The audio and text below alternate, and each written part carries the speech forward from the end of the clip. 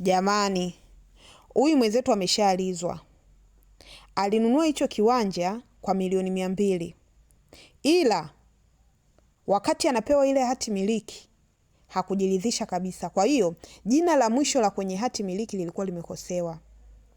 Yeye alivyoipokea tu ile hati hakutaka kujua chochote, lakini baadaye baada ya kukaa akaangalia NIDA ya yule muuzaji akagundua kwamba hati imekosewa. Kwa hiyo kitu ambacho alikifanya ni kumuita muuzaji ili aweze kuirudisha ile hati kwa msajili irekebishwe.